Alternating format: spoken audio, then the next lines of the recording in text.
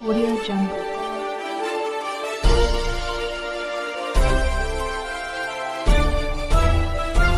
Audio Jungle.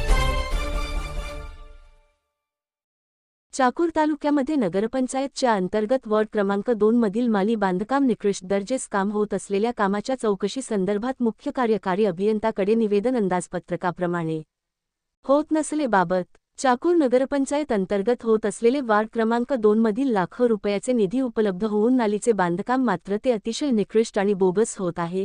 कामावर अभियंता उपस्थित राहत नाही, त्यांच्या अनुपस्थित हे सर्व काम झटपट आणि निकृष्ट करून शासनाच्या निधीचा या कामातून कंत्राटदाराने सर्व पैसे आपल्या घशात घालायचा डाव रचला असून या बांधकामात स्टीलची बांधणी अंदाजपत्रकानुसार होत नाही।